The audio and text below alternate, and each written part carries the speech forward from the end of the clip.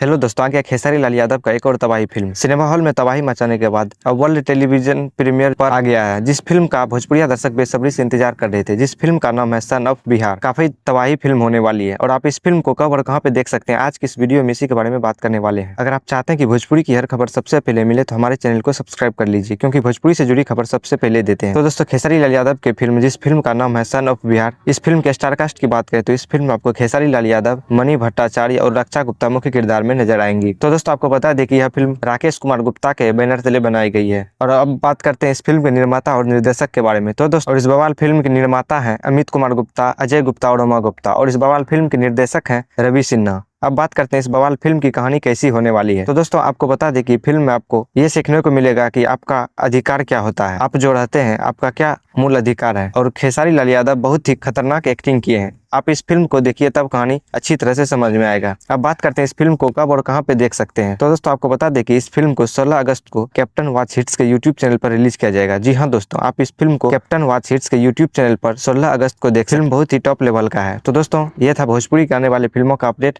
अगर वीडियो अच्छी लगी हो तो वीडियो को लाइक और चैनल को सब्सक्राइब कर लीजिए। मिलते हैं अगली वीडियो में, तब तक के लिए धन्यवाद।